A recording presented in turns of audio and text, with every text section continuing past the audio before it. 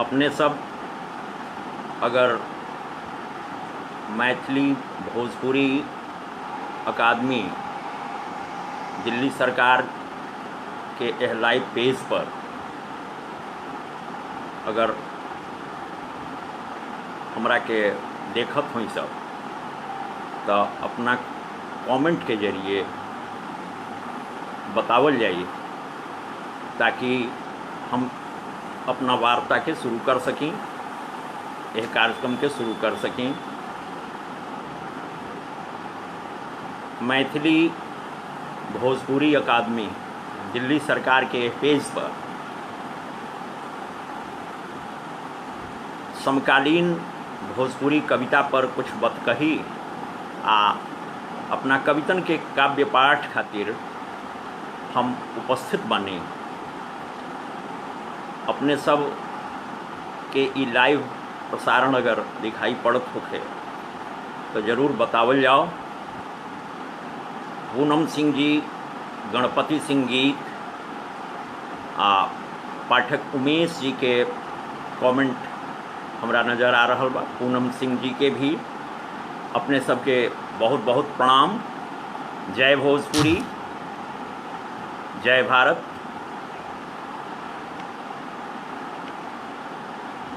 बहुत बहुत आभार संतोष पटेल भाई, बहुत बहुत आभार अपने सब के प्रति। कुछ औरों मित्र सब जब जुड़ जा रहल बा एक आध मिनट में तो हम अपना वार्ता के आगे बढ़ाई। अपने देख रहल बानी कि मैथिली भोजपुरी अकादमी दिल्ली सरकार के एह पेज पर हम अभी अपने सबके सामने लाइव बानी।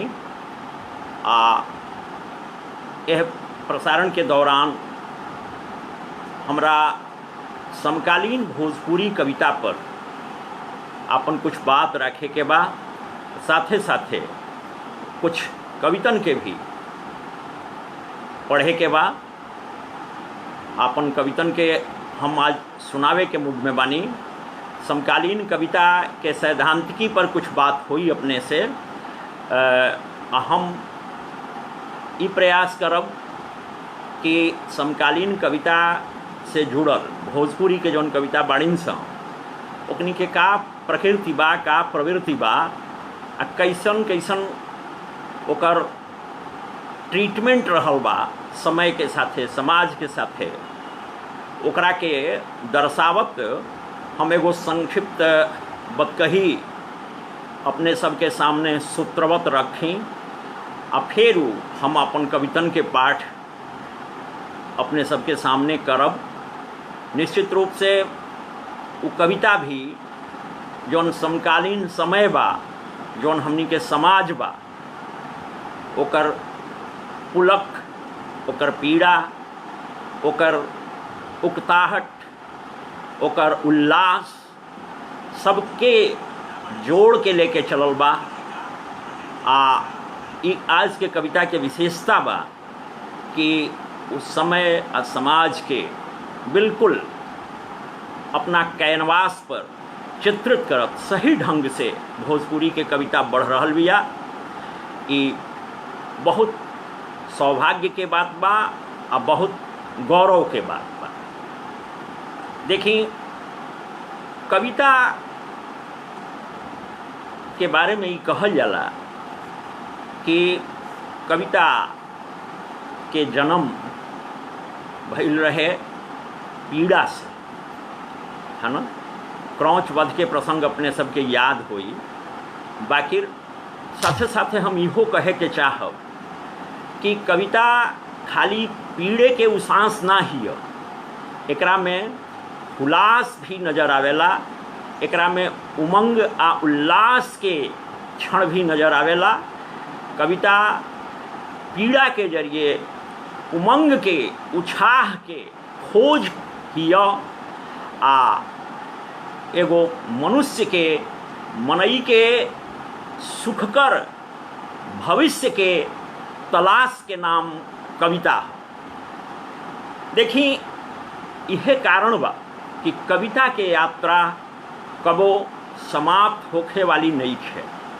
कहले रहलन मुक्तिबोध जी कि ई कबो खत्म होखे वाली चीज नहीं है। कविता आवेग त्वरित काल यात्री ही। मुक्तिबोध जी एकरा के कहले रहनी हनु कि कविता आवेग त्वरित काल यात्री ही। वर्ड्सवर्थ एकरा के स्पॉन्टेनियस ओवरफ्लो मनले पाश्चात्य कवि। मैथ्यू आर्नल्ड एकरा के जीवन से जोड़ के कहले कि कविता जीवन के आलोचना ही, क्रिटिसिज्म ऑफ लाइफ कह के वो एकरा के संबोधित कैले। हमनी के भारतीय काव्यशास्त्र के जौन परंपरा बा उहू में दू तरह के कविता के बात सामने आवेला कि कविता कविता के लिए आ कविता जीवन के लिए। ई साहित्य के सिद्धांत है कि कविता दोनों तरह से भूमिका अपन निभौले बिया। कविता कविता के रूप में यह सिद्धांत कला खातिर भी मान्य बा। कला कला के लिए, कला जीवन के लिए। वहीं हमनी कह सकतानी कि कुछ कविता कविता खातिर रचाइल बा। मतलब ई कि कविता कविता के जब हम बात कर रहल बानी तो ओकर काव्यगत सौष्ठव के बात बा, ओकर काव्य जवन सुघरता बा ओकर बात बा।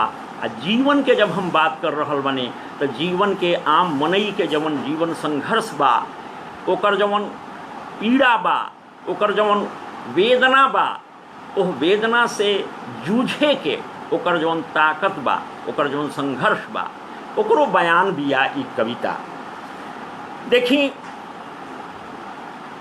कबो पूछले रहले रघुवीर सहाय जी, हिंदी के कवि हुए, लेकिन पूछले रहले कवि से, एह बेरा के कवि से कि हम उनकर पंक्तियों के हम उद्धृत करे के चाहब। वो कहलें कि मैं पूछ रहा हूँ इसीलिए यह बार बार कि वह दर्द कहाँ मर गया, रोज रोज जो होता था, आतंक कहाँ छिपा भाग कर जीवन से, जो कविता की पीड़ा में अब दिख नहीं रहा। हत्यारों से क्या लेखक साझीदार हुए, हत्यारों से क्या लेखक साझीदार हुए, जो कविता हम सबको लाचार बनाती है। यह स्थिति का ओर इशारा करत रघुवीर सहाय जी सचेत कैले रहले आज के कवि के, एह बेरा के कवि के, चाहे वो हिंदी के कोनो कवि होखे कोनो भारतीय भाषा के कवि होखे। रघुवीर सहाय जी के ई आगाही वो सब कवियन खातिर रहे, वो सब रचनाकारन खातिर रहे। देखिए एहरा जौन कविता पर आम तौर पर आरोप लगावल जा रहल बा, जौन आरोप जड़ल जा रहल बा, वो ई बा कि कविता में लोक संवेदना धीरे धीरे क्षीण होत जा रहल बिया। ओकरा पर ई आरोप लगावल जा रहल बा कि विचारधारा के चक्कर में, है ना, वैचारिक आग्रह के चक्कर में ओकरा में रुक्षता समाहित हो जा रहल बा, ओकरा में ओकर सरसता के लोप हो रहल बा, है ना। ओकर परिणाम ही रहल बा कि गद्यात्मकता कविता में बढ़ रहल बिया आ कविता अपन मूल प्रकृति से भटक रहल बिया, ऐसा आरोप लाग रहल बा। बाकी कविता अपन यात्रा के जवा रोकले नहीं है। कविता निरंतर प्रवहमान बिया, है ना। कहल तो ई जा रहल बा कि कविता यहाँ तकले आलोचना के जब बात आ रहल बा तो आलोचक लोग पर सवाल जड़ रहल बा कि कविता कहीं समाज से कटत तो नहीं खे जा, समाज से एकर दूरी तो कहीं नहीं खे पड़ रहल। लेकिन साथे साथे यहाँ इहू तरह के विचारक बाड़े जे कह रहल बाड़े कि का ऐसा तो नहीं खे कि समाजे धीरे धीरे अब कविता से कट रहल बा। देखिए स्वाभाविक बा, जब कविता समाज के पीड़ा के, समाज के संघर्ष के जब ना उकेरी तो समाज भी ओकर अनदेखी करबे करी। आ उहे कविता जिंदा रही समय के प्रवाह में, जौन समाज से जुड़ के चली, जनजीवन से जुड़ के चली, जनगण मन के जौन कविता अपना में पिरो के चली, आत्मसात करके चली, उहे कविता आगे बढ़त चली। सुशांत शर्मा जी, सौरभ पांडे सर शामिल हो गई बानी वार्ता में। बहुत प्रसन्नता बा हमरा अपने सबके सामने अपन बात रखे में। देखिए,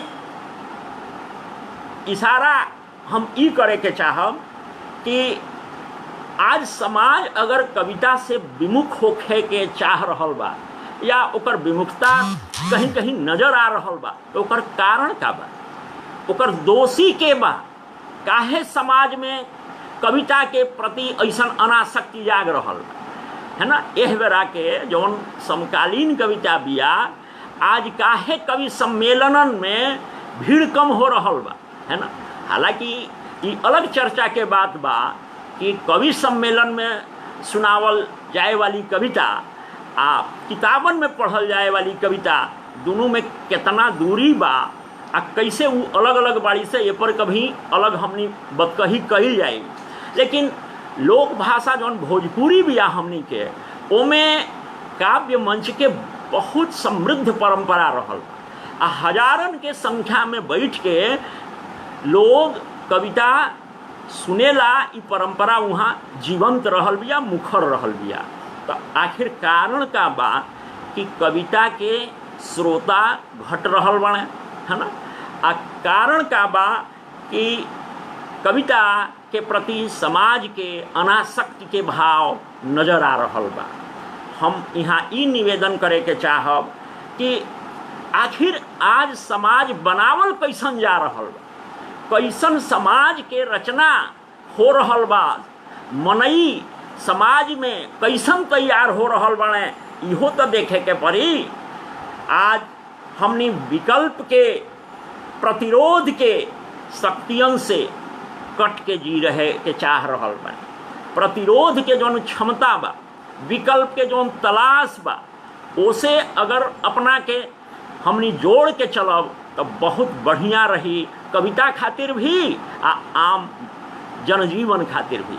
सदानंद शाही सर भी एह वार्ता में शामिल हो गई बनी आ वहाँ के बहुत बहुत प्रणाम। सुशांत जी नजर आ रहल बड़े। तो हम यहाँ ई कहे के चाहब कि आज जवन समाज तैयार हो रहल बा, उ IPL के शरण में बहुत आसानी से चल जा रहल बा, टीवी सीरियलन के शरण में बहुत आसानी से चल जा रहल बा, है ना? लेकिन कविता के प्रति ओकर जोन लगाव पहले रहे, उ काहे खत्म भइल जा रहल बा, काहे ओमे कमी आ रहल बा? वो लगाव में कविता के साथे जौन मनुष्य के रिश्ता रहे, वो रिश्ता काहे खींच रहल बा, यहाँ ये देखे के बात बा। देखी, बौद्धिक ताप के साथे जब संवेदनात्मक ताप, है ना, ध्यान देहल जाए बात पर कि बौद्धिक ताप के साथे जब संवेदनात्मक ताप के जब संतुलन बनल रही, तो कविता खाली विवरणी के रूप में सामने ना आई। आ ऐसे हमनी के बचे के काम बा। देखी, भोजपुरी के जौन समकालीन कविता बियानु, वो निश्चित रूप से हिंदी कविता के तुलना में अपना के जरूर एह बात के ख्याल रख के चल रहल बिया। आ ई बहुत भोजपुरी कविता खातिर बहुत सुखद क्षण बा, बहुत शुभकर बा कि उ एह सब खतरन के प्रति सावधान बिया। मैनेजर पांडे जी अपन एगो लेख वर्तमान साहित्य में वहाँ के सन 2000 में छपल रहे, ओमे वहाँ के कविता पर विचार करत लिखले रहनी कि कविता लिखे पढ़े के आ ऊपर चर्चा करे के काम जौन बा आज मुट्ठी भर लोग का लगे सीमित हो गई बा।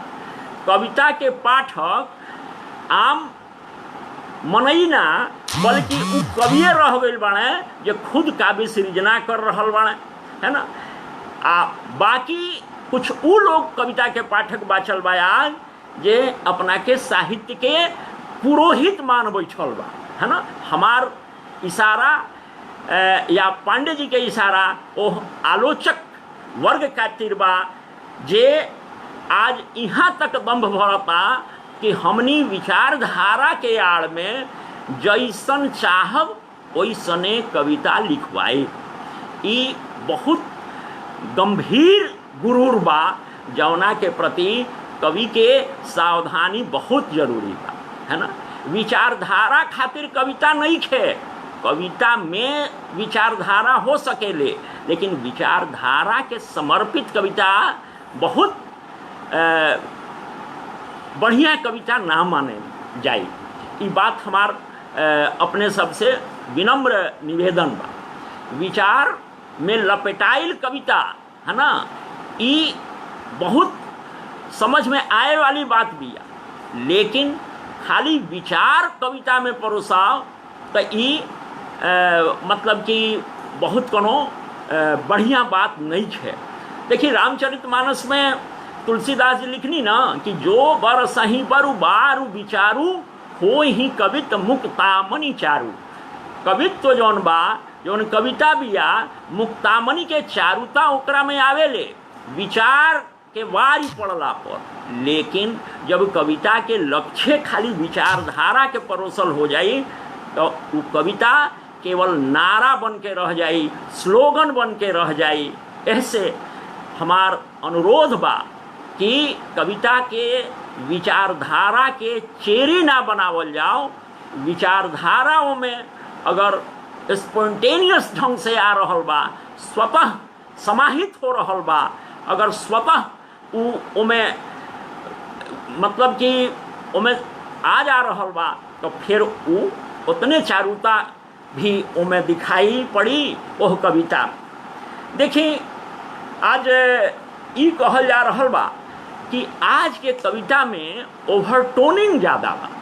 समकालीन कविता जौन बिया भोजपुरी के ओमें ओवरटोनिंग बा, बड़ बोलापन ओमें नजर आ रहल बा, है ना, है ना। कोनो कोनो कवि के रचनन देखला पर ये बात समझ में आ जाई अपने सबके भी कि कविता में बड़ बोलापन के आरोप लाग रहल बा।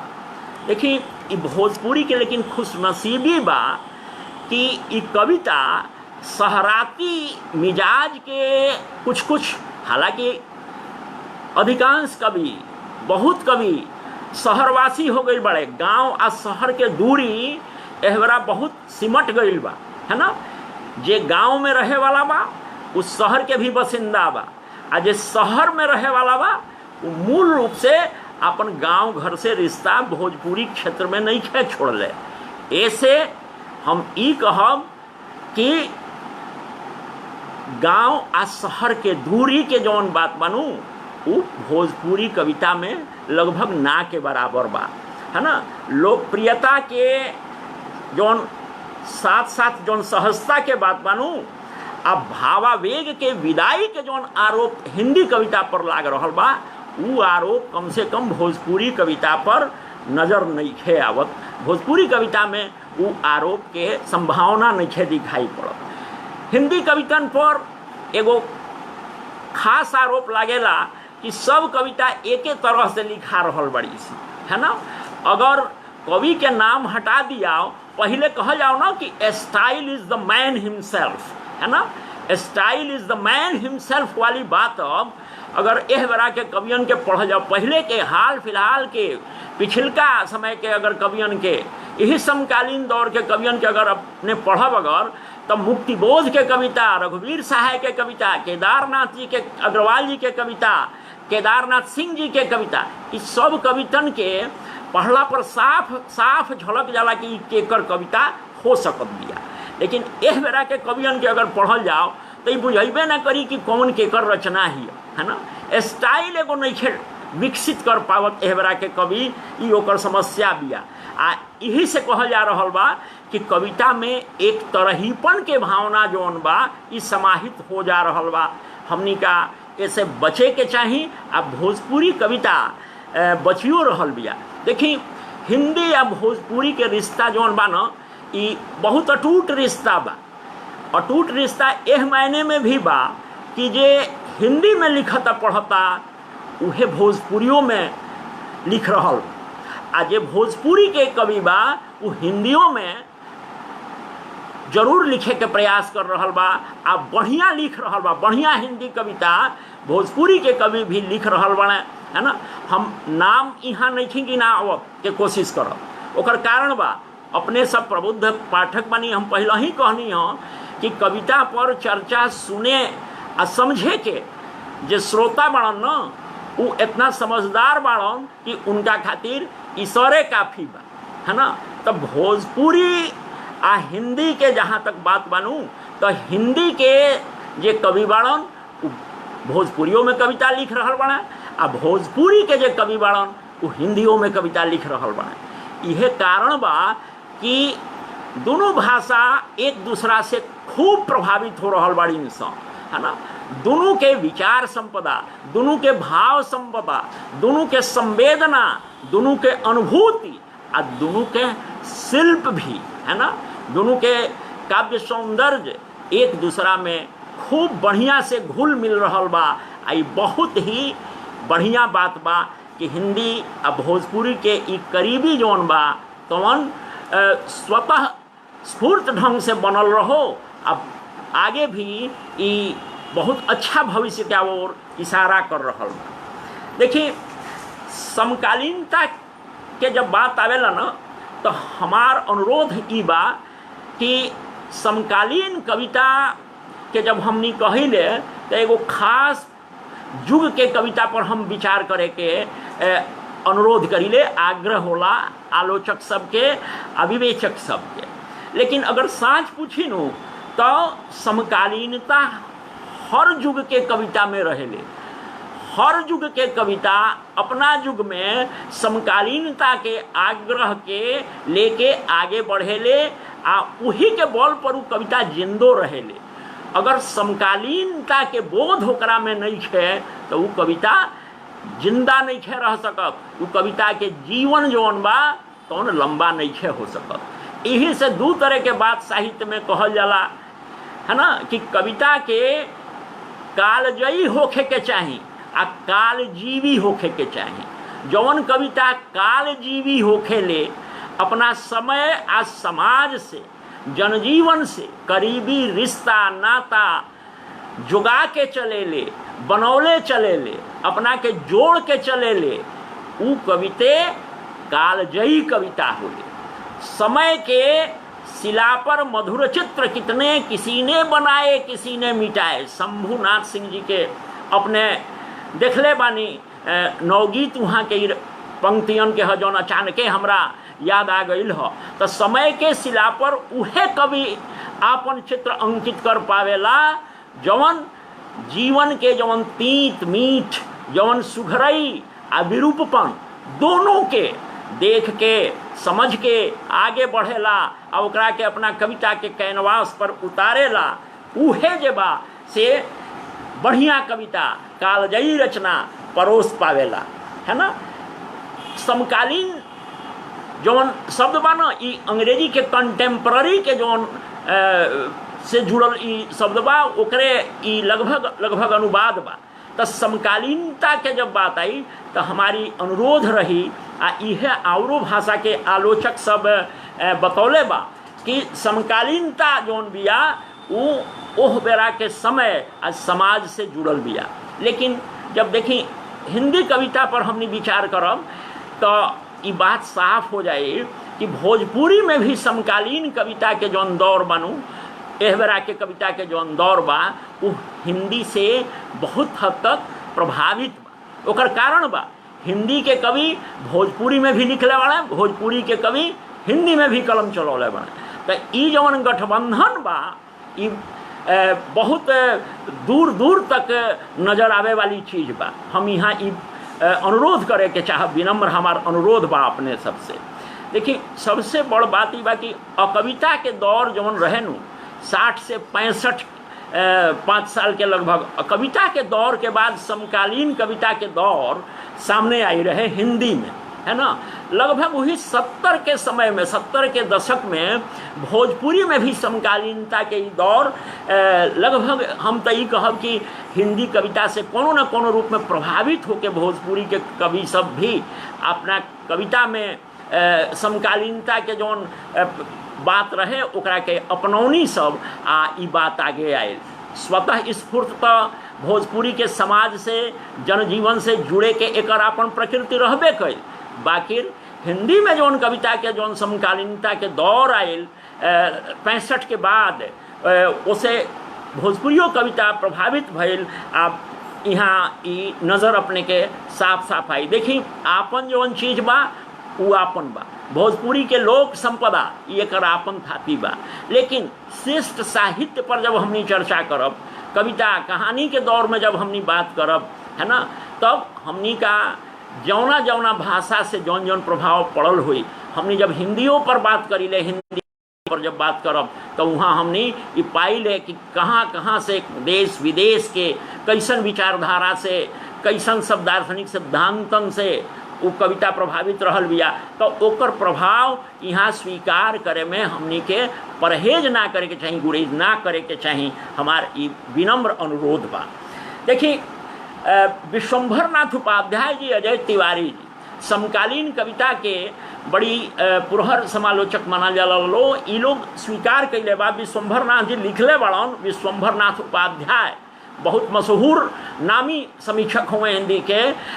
वहाँ के लिखले बानी कि विरोध आ विद्रोह जौन बिया न, इहे समकालीन कविता के मूल तेवर है ना। वहाँ के इहो बतौले बानी कि समकालीन कविता में जौन हो रहल बा, है ना, वो जौन आदमी जिंदगी जौन जी रहल बा, है ना, वह जिए के क्रम में जौन संघर्ष कर रहल बा, लड़खड़ात, बौखलात, तड़पत आ गरजतो, है ना, ठोकर खा के वो आदमी कैसे आगे मनई बढ़ रहल बा, ये सब समकालीन कविता के जीवन दर्शन में समाहित चीज बा।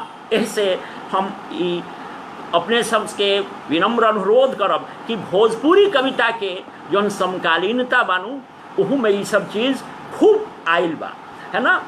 जौन कविता के समकालीन भोजपुरी कविता के जौन परिणति बिया, ओमें असंतोष अपने के नजर आई, विद्रोह के स्वर ओमें नजर आई, है ना।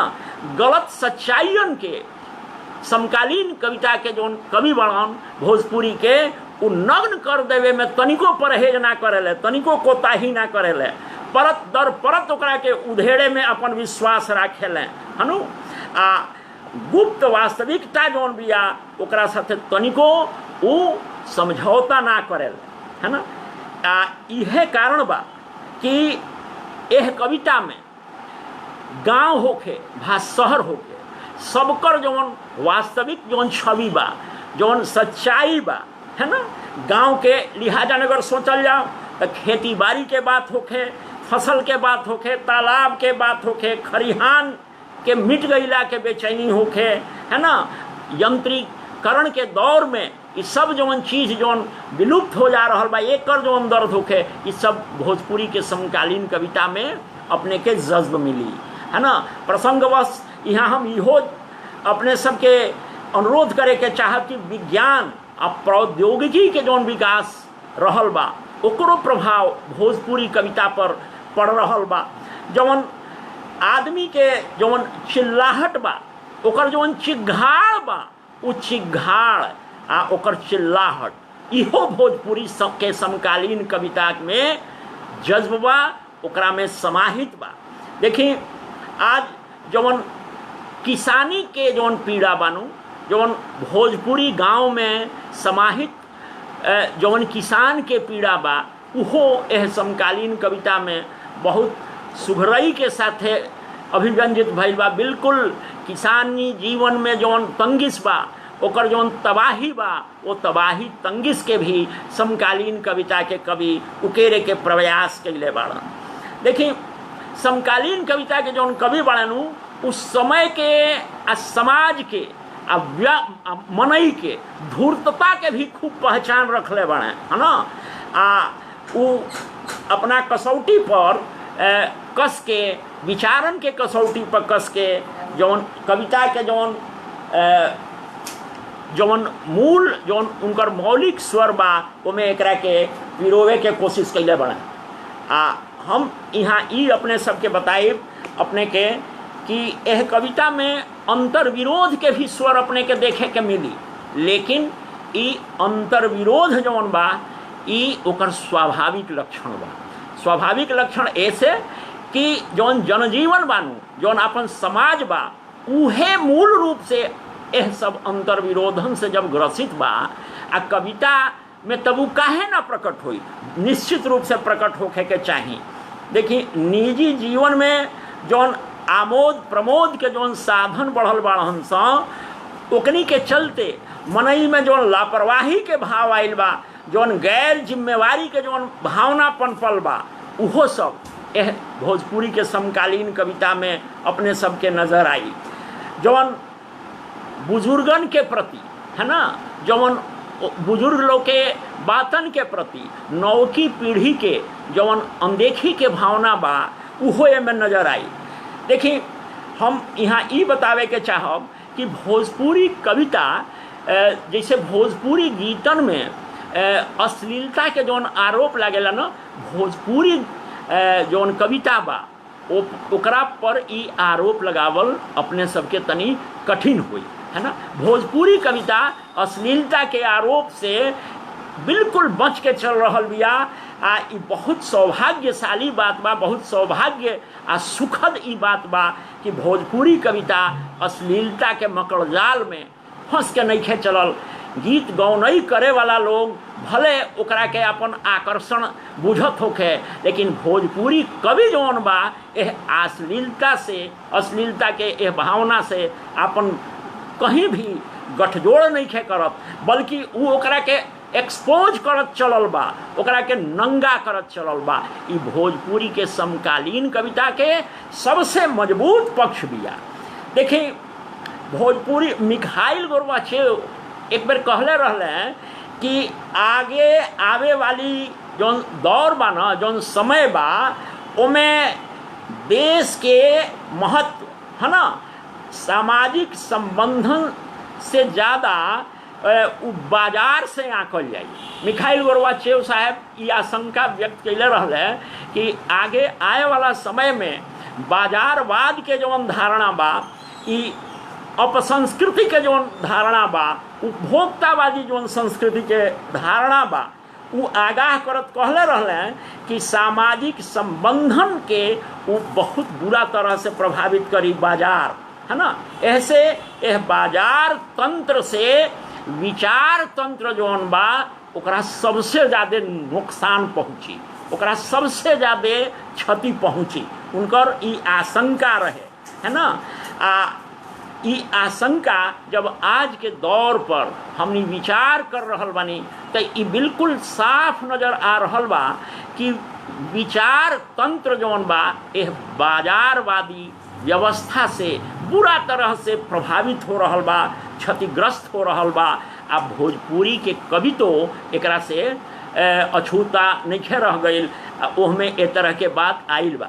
लेकिन जौन इहू जा हम फिर ई अपने सबके विनम्र अनुरोध करे के चाहब कि यह बाजारवाद के, यह उपभोक्तावादी संस्कृति के जौन प्रभाव बा भोजपुरी के समकालीन कविता पर, वो हिंदी के अपेक्षा कमतर रूप में पड़ल बा। आ ई एकरा स्वास्थ्य खातिर बहुत ही बढ़िया चीज़ बा, ई बहुत अच्छा चीज़ बा कि हिंदी यह बाजारवाद से भोजपुरी, बल्कि हम ये कहब भोजपुरी हिंदी के तरह बाजारवाद के कुप्रभाव से अपना के बचावे में बहुत हद तक सफल रहल बिया। जौन जीवन के जौन सुखी आ मस्ती जौन रहे, है ना, वो मस्ती आज बुझा रहल बा कि कहीं हेरा गई होके। जीवन के जौन राग पक्ष बा ना, वो राग पक्ष आज झकझोराइल नजर आ रहल बा ना। आदमी एकरा चलते अपन ऊब महसूस कर रहल बा, अपन थकान महसूस कर रहल बा। आ ई बहुते मतलब कि एगो मतलब चेतावे वाला समय बा, बहुत समय बा। अभी जो हम देखी दौर चल रहल बा कोरोना वाला दौर, ई तो बुझाते नहीं थे कि इस दौर के कहाँ कहाँ ले प्रभाव पड़ी, है ना। देखी व्यक्ति कितना पीड़ा में आके कितना घबराहट महसूस कर रहल बा। ई तो एकर तात्कालिक प्रभाव बा, लेकिन एकर दूरगामी जौन प्रभाव बा वो बड़ी विचित्र पड़े जा रहल बा। ओकर आशंका से आदमी में बिल्कुल घबराहट आ जा रहल बा। पहले तो बुझाइल ह कि आदमी एकरा के अपना उत्सव धर्मिता से परास्त कर दी, लेकिन ई कोरोना काल जौन बा एमे जैसे धीरे धीरे धीरे एकर भयंकरता जौन बढ़त जा रहल बा। अब देखी अभी काल के घटना आज अखबारन में अपने पढ़ले देखले होखब कि जौन अंतर्राष्ट्रीय संबंध हमनी के देश के बा उहो प्रभावित होखे लागल बा, है ना। इतना शक्तिशाली जनतंत्र मानल जाला अमेरिका के, ओजवा संघर्ष के कैसन स्थिति पैदा हो गई बा, है ना। ई प्रभाव वहाँ स्पष्ट रूप से कोरोना के संक्रमण जौन बा खाली मनुष्य के देह पर नहीं खे पड़ल, ई आत्मा के भी प्रभावित कैले बा। हमनी के आभ्यंतरिक प्रभाव भी डलले बा। हमनी के पड़ोसी देश नेपाल आज आँख देखा रहल बा, है ना। बगल के देश चाइना, ओकरा पर तो बहुत विश्वास हमनी के शुरुए से नहीं खे रहल, लेकिन नेपाल के साथे काल आज के अखबारन में अपने देखले होखब गोलीबारी के घटना, ई सब जौन आज नजर आ रहल बा समय, ई सब बहुत ही चिंताजनक बाटे। आज के दौर खातिर सामाजिक राजनीतिक परिस्थिति जौन पैदा हो रहल बड़ी स, एकरो से आज के कवि अपन नज़र नहीं चुरा सकत, है ना। आ नज़र नहीं चुरौले। देखी अब हम कुछ उदाहरण अपने सबके देवे के चाहब, आ फिर ओकरा बाद हम अपन कविता पढ़े के हम शुरुआत करब। चूँकि आधा यह बतकही के जौन दौर बा ओकरा के हम समाप्त करके अपन कविता पढ़े के भी मूड में हम बानी कि अपने कविता भी हम अपने सबसे साझा करी, ओकरा के देखी भोजपुरी में समकालीनता के दौर जौन रहे ई हरिनाकुश मन हम निवेदन करब अपने से कि जौन 4-5 गो किताब अली से हिंदी में 70 के दशक में ई हरिनाकुश मन आई रहे। पांडे सुरेंद्र जी के, जोत कुहासा के, आ बुंद भर सावन आई रहे ब्रजकिशोर जी के, है ना। शशिभूषण लाल जी के किताब आई रहे कुछ खास किस्म के आवाज़, है ना। कुछ खास किस्म के आवाज़ जौन कविता के किताब आई रहे संग्रह वहाँ के, उनमें बहुत ही समकालीन कविता के पुरहर रूप देखे के मिली। वहाँ के कविता के बानगी हम थोड़ी के सब पढ़ के सुनावे के चाहब अपने के। वहाँ के कविता रहे शब्द संधान, एमें देखी समकालीनता के वहाँ के कैसे परिभाषित करे के कोशिश कैले बानी। कहतनी वहाँ के कि घींच डोर कविता पिनाक के, घींच डोर कविता पिनाक के, चढ़ा शब्द के बाण, मुक्ति हेतु तैयार, चली मुट्ठी में ले तूफान, जरूरी भइल शब्द संधान, जरूरी भइल शब्द संधान, घिसल पिटल खंखड़ शब्दन में, मुर्दा अर्थहीन अबदन में, मुर्दाहीन अर्थ अबदन में, आज भरे के ह अर्थन के नवनव जीव परान, जरूरी भइल शब्द संधान। आगे वहाँ के लिख रहल बनी कि पीरा वेदन का जन जन में, जन जीवन का हर तड़पन में, जन जीवन का हर तड़पन में, ले शंखायुध आज खड़ा बा, ई करार पर आन, जरूरी भइल शब्द संधान। जग में तिरुन तिरुन कन कन में, उमड़ रहल बा लावा, जनमन में नया नया सुर लेके, गूंजी लहर जोत जयगान, जरूरी भइल शब्द संधान। तो समकालीन कविता जौन बिया इसी तरह के शब्द संधान कैले बिया, शब्दन में नया नया अर्थन के पिरो के। इस समकालीन भोजपुरी के कवि आगे बढ़ल बड़ा। टटात परछाही विश्वरंजन जी के कविता के किताब वो हमारा आई रहे। वहाँ के लिखतनी कि जियत पत्थर ना हमारा भीतर के भूगर्भ शास्त्री बोलल, तले हमारा भीतर के रसायनी गरजल, सिलिका दोनों के बकझक हम छुपा देनी, जियत पत्थर शहर के नीचे एगो शहर, है ना। ये सब वहाँ के कविता के किताब में आई रहे।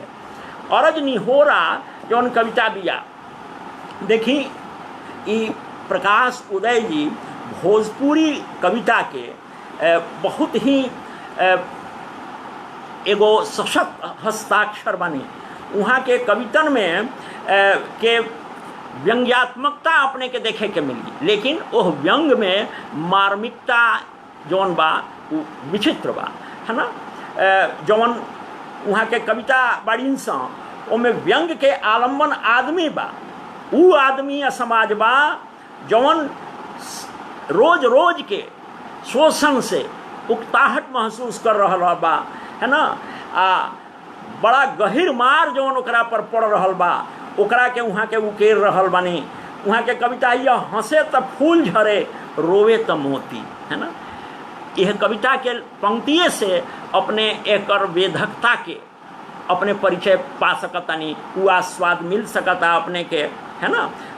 मार्मिकता के साथे आल्पिन ऐसन कविता वहाँ के चुभा दिले, है ना। वहाँ के एगो कविता बिया, देखिए ओकर मार्मिकता। वहाँ के कह रहे कि भैया हो बाबू कहाँ तक कहीं, भैया हो बाबू कहाँ तक कहीं, ना साँचे के ठीका ना झूठ के सलीका, ए बहू खैलू न पियलू न कैसे जियलू। तो कहता है कि पियनी नु अम्मा जी आपन लोर, खैनी नु ससुर जी रौरा खजाना के मोती अथो। तो व्यवस्था के जौन दबाव बा ओकरा के युवा पीढ़ी जैसे झेल रहल बिया, उ सब एह कवियन के चित्र में आयल बा, है ना। प्रकाश उदय जी राजनीतिक व्यवस्था, चाहे बलभद्र जी हुई, नीलय उपाध्याय जी हुई, वहाँ के कविता सूर्योदय भाई एगो कविता वहाँ के बड़ी मशहूर कविता है भोजपुरी के नीलय उपाध्याय के चना। एमे बिंबात्मक प्रयोग के जरिए वहाँ के देखी इशारा लघु मानव के जौन जीवन बा ओकर विराटता के वहाँ के उकेरत यहाँ के कह रहल बानी कि आदमी जैसन मुकम्मल दुनिया होले चना के, जे महसूस करी ले आई खेत में। तब ई सब जौन बा वहाँ के सूर्योदय के बिंब गढ़त नीलय उपाध्याय जी कह रहल बानी कि सड़क के पार नदी में छप छप नहातिया एगो मेहरारू, सोना के थरिया में अछत दूब लेके पुरैन के पतई पर खाड़ होई महावर के रचल पाँव। देखी सूर्योदय के कितना ताज़ा बिंबन के जरिए नीलय उपाध्याय जी परोस रहल बानी एह कवितन में। ब्रजभूषण मिश्र जी खरकत जमीन बजरत आसमान वहाँ के कविता संग्रह, ओमें वहाँ के गांव के बेहाली के चित्रण कर रहल बानी, कह रहल बानी कि बा खड़ा बारूद पर अब गांव गांव, धन अरजले ना अरजाइल दुश्मन अरजे लागल, आ लोग बाग में गला गईल रुन्हाइल गोली गरजे लागल। तो कहे के मतलब ई बा कि गांव के जौन सामाजिक जौन चित्र बा ओकरो के भोजपुरी के कवि खूब बढ़िया से उकेरले बा सब आ वहाँ के रखने बानी सब। देखी हम वार्ता के शुरू में कहे के हम अपने सबके प्रयास कैली हाँ कि जौन समकालीन कविता के जौन कवि सब बाड़न वहाँ के जौन प्रवृत्ति जौन बा, जौन एगो समकालीन कविता के दौर में जौन विचारधारा के बात जौन हो रहल बा ना, उ करुणा रूप में आ रहल बा। ई हमनी अब कुछ बिल्कुल नौकी पीढ़ी के कवि लोग में अब हमनी देखब चाहब। तैयब हुसैन पीड़ित जी के कविता के हम अपना कई गो वार्ता सब में रखले बानी, है ना। बलभद्र जी के कविता के भी हम रखले बानी अपना ई में। अब हम देखी बिल्कुल एकदम नवही कवि एगो बाड़न, नया कवि, लेकिन बहुत होनहगर, बहुत दूर ले ई भोजपुरी कविता के समृद्ध करी हैं। अक्षय कुमार पांडे जी के ई कविता देखी, वहाँ के लिख रहल बानी कि बहुत काम बा घर में। देखी भोजपुरी के कवि के संवेदना और ओकर अनुभूति कितना गझिनपन बाए में वहाँ के लिख रहल बानी कि बहुत काम बा घर में, रात गार के दिन बहार के, हास हुलास बिछावे के बा, पोस परानी थाकल पानी, सूतल नदी जगावे के बा, जोत कोड़ के बोवे के बा, सपना फिर बंजर में, बहुत काम बा घर में, बहुत काम बा घर में, कठिन समय बा बाहर भय बा, मरे न हरियर वृक्ष थाह से, आ दया मोह के नेह छोह के, कान्ही पर लेके उछाह से, आसमान तक ढोवे के बा, सूरज शीत लहर में, बहुत काम बा, बहुत काम बा। संतोष पटेल जी युवा कवि बड़न, लेकिन कविता के समझदारी उतने प्रौढ़ भइल जा रहल बिया उनकर। देखिए एगो कविता उनकर बिया जौना के शीर्षक बा आदमी। आदमी नाम के ई कविता हम कुछ पंक्तियन के राखब अपने के सामने कि आम के चोप नियर गरार रहल बा आदमी। देखी कैसन रचाव बा ए कविता के, है ना, कि आम के चोप नियर गरा रहल बा आदमी, कीड़ा फतिंगा नियर मरा रहल बा आदमी, सब्जी धन अदमिये पर घहरत बा, सज्जी धन अदमिये पर घहरत बा, तबहू तिरंगा फहरत बा, आदमी आम हो गईल बा, सरकार खास बा, सत्ता सड़त बा, आदमी ओकर आँख में गड़त बा, अब आदमी के मोल कहाँ बोल कहाँ, लुकाइल बा आदमी रोजी रोटी के खोल में। जौन एह बेरा के जौन दौर बा, ओह दौर के बिल्कुल फोटोग्राफिक डिस्क्रिप्शन एकरा के प्रतिरोध के जौन संस्कृति जौन एह बेरा के समकालीन कविता में जौन नजर आ रहल बिया ओकरा के अपने देखें। अब हम प्रोफेसर प्रमोद कुमार तिवारी जी के जौन गांधीनगर केंद्रीय विश्वविद्यालय में प्राध्यापक मानी वहाँ के एगो कविता हम रखे के चाहब कि देखी कविता के शीर्षक बा वहाँ के गारी, है ना, गारी शीर्षक यहाँ के कविता देखी कि कमेसरा के दादी कांपत आवाज में गरियावत रही, ब्रह्मा विष्णु आ महेश के। देखी भोजपुरी कवि के हिम्मत, है ना। आम तौर पर भोजपुरी क्षेत्र के मनई देवता के साथे एह रूप में जुड़ल रहेले कि उनका के गोहरावते उनकर जिंदगी सिरा जाला, लेकिन भोजपुरी के समकालीन जौन कवि बा ओकर साहस देखी कि कमेसरा के दादी कांपत आवाज में गरियावत रही, ब्रह्मा विष्णु आ महेश के, उनका गाल के झुर्रियन में अटकल रहे ढेर सारा लाज के लाली, ढेर सारा लाज के लाली, कि नटवर नारायण तो हमेशा के चालू ठहर ले, भला वो कहाँ पकड़ में आई हैं, और ब्रह्मा के बुढ़ौती के ख्याल तब भाई रखही के पड़ी, ढेर होई तो उनका सन जैसन दाढ़ी में पोत दियाई करीखा, ब्रह्मा जी के दाढ़ी में करीखा पोते के बात ई भोजपुरी के कवि कर रहल बड़न प्रमोद तिवारी जी। बाकी हर बार पकड़ा जाए चाहले बम भोला, बाकी हर बार पकड़ा जाले बेचारे बम भोला, अड़भंगी नशेड़ी शंभू के खूब होला मलामत कि किरी बिछा वाला बौड़म के हाथ में पड़ गईल आपन गौरा, है ना, गौरा पड़ गईली बम भोला के हाथ में। ई चिंता एगो नया रूप में नया भाषा शैली के जरिए उड़ेहत ई प्रमोद तिवारी जी के ई कविता देखी अपने कि समकालीन कविता के एह दौर में कैसन ही आ रहल बिया। अब हम एगो कवि बड़न अरुण सीतांश जी, भोजपुरी में कमे लिखले बड़ा, लेकिन जौन लिखले बड़ा उस समकालीन भोजपुरी कविता के थाती बिया। उनकर कविता देखी कहते रहे कि अहो खेतो अभी खाली बा, अहो खेतो अभी खाली बा, देशो अभी खाली बा, है ना। तो जिरात से लेके बिल्कुल जौन देश तक, है ना, मुल्क तक पहुँचे के जौन बात बा एह कविता में के यात्रा जौन समकालीन कवि जौन तय कर रहल बाड़े ओकर बानगी देखी। अरुण सीतांश जी के कविता में कहत रहे कि अहो खेतो अभी खाली बा, देशो अभी खाली बा, कब ले खाली रही, कब ले खाली रही मनवा हमार, मन आखिर कब ले खाली रही, एकर बेचैनी देखी समकालीन भोजपुरी कवि में। कहता कि कब ले खाली रही मनवा हमार, मन में कई गो प्राणी बाड़ी जा, लोग बाड़न उनकर भी मन खाली बा, खाली बा खलिहान ओखर पोखर सब तो खालिए बा, ए घड़ी रात दिन खाली बा, सामने के दरिया आँखी के सोझा थरिया, सब खाली बा, अक्षर शब्द वाक्य आ भाव सब खाली बा। देश के फूल में सुगंध खाली बा, खाली बा बाग बगीचा, खाली बा बेड गलीचा। देखी यह खालीपन के, यह रिक्तता के कैसन बेजोड़ ढंग से अरुण सितांश जी यह कविता में राख रहल बने। अब हम देखी एगो कविता अपने के सुनावे हम कोशिश करब सुशांत जी के। सुशांत शर्मा जी भोजपुरी के कवि बाड़न आ उनकर कविता छंद में भी कविता लिख रहल बने आ उ साथे साथे प्रबंध काव्य जटायु उनकर बड़ी एने प्रतिष्ठा बिटोर रहल बा।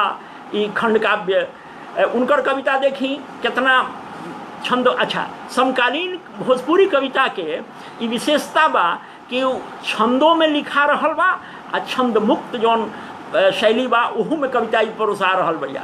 नवगीत के रूप में, गजल के फॉर्म के रूप में, दोहा के रूप में, सोनेट के रूप में, कविता के जितना फॉर्म बा सब में यह समकालीनता के जौन भाव बा, जौन विचार दर्शन बा उ परोसा रहल बिया।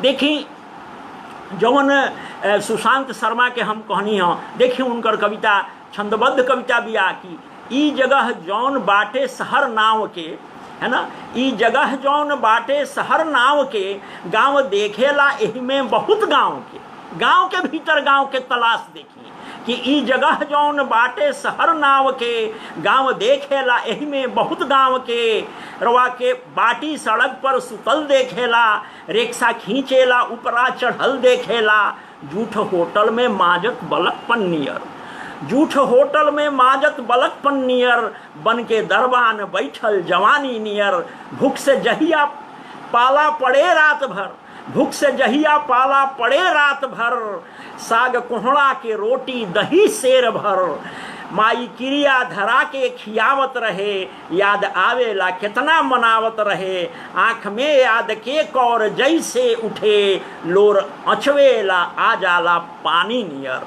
मार्मिकता देखी सुशांत जी के यह कविता में कि आँख में याद के कौर जैसे उठे, लोर अचवेला आ जाला पानी नियर, है ना। तो कविता के जौन ई दौर जौन चल रहल बा, समकालीन कविता के जौन जौन भावबोध बा, है ना, एमे कितना ले मतलब कि आम जनजीवन के उकेरे के क्षमता बा ई देखी। ई निश्चित रूप से भोजपुरी कविता के सौभाग्य बा। हम देखी अपने सबके कवि सब खूब बढ़िया ढंग से एके साथे कई कई गो पीढ़ी काम कर रहल बिया, है ना। ब्रजभूषण मिश्र जी के, कुमार विरल के, रिपुंजय निशांत जी के, दक्षिणी रमन जी के, बलभद्र जी के, प्रकाश उदय जी के पीढ़ी उहो कर रहल बिया। आ साथे साथे ए घड़ी के समकालीन कविता के दौर में संध्या जी के पीढ़ी, संध्या सिन्हा जी के पीढ़ी, है ना, नारी जीवन के जौन कविता बिया, है ना, ओकरा में दीप्ति के मन कविता उनकर जौन बिया उहो देखल जा सकत बिया। अपने देख पढ़ सकत तनी ओकरा के कि कितना गझिनपन के साथ कितना संश्लिष्ट ढंग से भाव वो कविता में यह दोनों कवयित्रियन में आ रहल बा।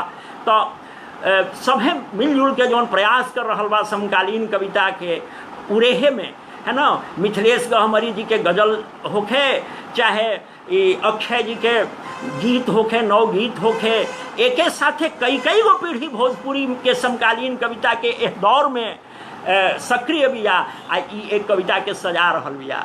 तो हम निश्चित रूप से हमरा यह बहुत संक्षिप्त विवेचना से ये बात स्पष्ट हो गई हुई कि भोजपुरी कविता के जौन समकालीन जौन दौर चल रहल बा, जौन समकालीन भोजपुरी कविता बिया, ओकर भविष्य बहुत ही सुभग बा। ओकर भविष्य के प्रति बिल्कुल हमने गर्व के साथ रह सकल बानी आ हमने ओकरा के मान सकत बानी कि भोजपुरी के जौन कविता जौन आज सिरजा रहल बिया ओकर बहुत कालजयी, ओकर कालखंड मानल जाई एह बेरा के दौर जौन बा।